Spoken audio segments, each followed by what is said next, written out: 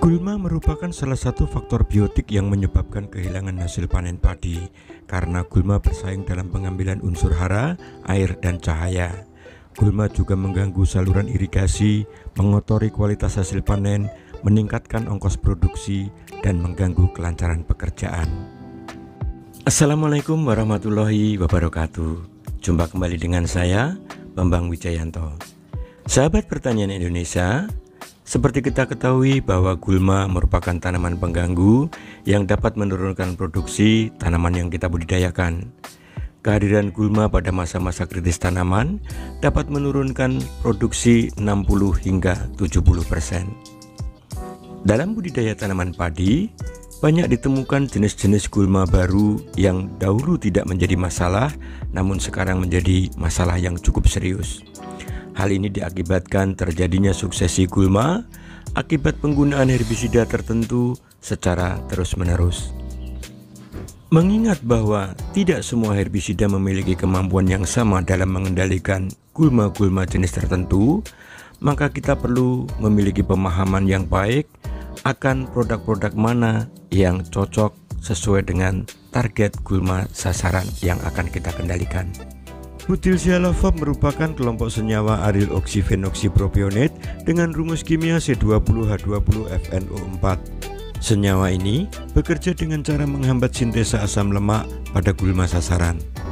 Herbisida ini aman terhadap padi karena perbedaan metabolisme antara gulma dan padi. Butyl sialofos dapat diaplikasikan pada lahan yang sebagian tergenang atau dikeringkan. Herbisida ini dapat mengendalikan gulma stadia kecambah hingga 4 atau 6 daun tergantung formulasinya. Indocris 200 EC adalah herbisida yang berbahan aktif butyl sialofos 200 gram per liter. Herbisida ini merupakan herbisida sistemik dan purna tumbuh.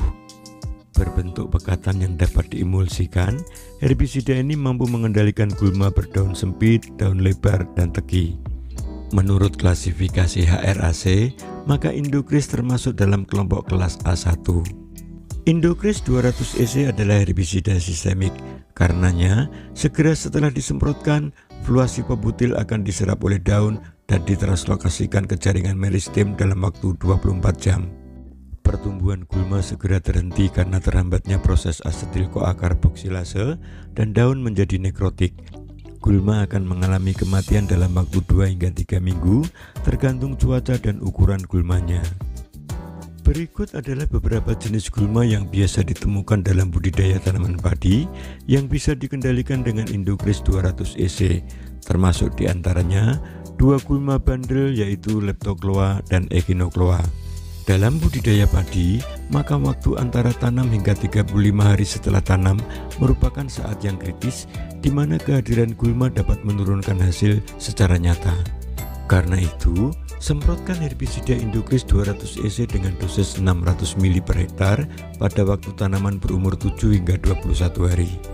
Jika populasi Echinocloa cukup banyak, maka campurkan herbisida Resobak dengan dosis 120 gram per hektar. Jika penyemprotan dilakukan lebih awal, maka harus dipastikan bahwa kondisi tanah haruslah dalam keadaan macak-macak. Kondisi stres karena kekeringan akan mengurangi efikasi herbisida. Semprot seperlunya untuk mencegah kondisi stres kekeringan terhadap gulma dan tanaman.